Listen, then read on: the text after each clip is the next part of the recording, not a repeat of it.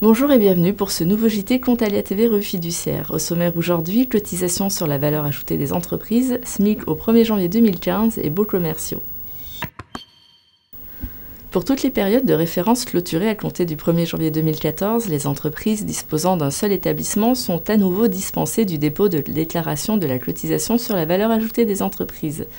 Pour bénéficier de cette dispense, les entreprises à établissement unique doivent remplir deux conditions et notamment ne pas employer de salariés plus de 3 mois sur un lieu hors de l'entreprise, ne pas être une société civile de moyens, ne pas exploiter plusieurs activités dont les déclarations de résultats sont de nature différente, ne pas avoir clôturé plusieurs exercices au cours de la période de référence de la cotisation de CVAE,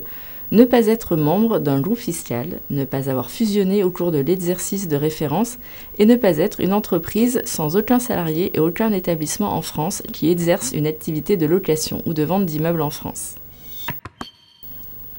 Le ministre du Travail, de l'Emploi, de la Formation professionnelle et du Dialogue social a annoncé qu'il n'y aurait pas de coup de pouce supplémentaire au taux horaire du SMIC pour 2015. Ainsi, au 1er janvier 2015, le SMIC sera revalorisé selon le seul mécanisme légal.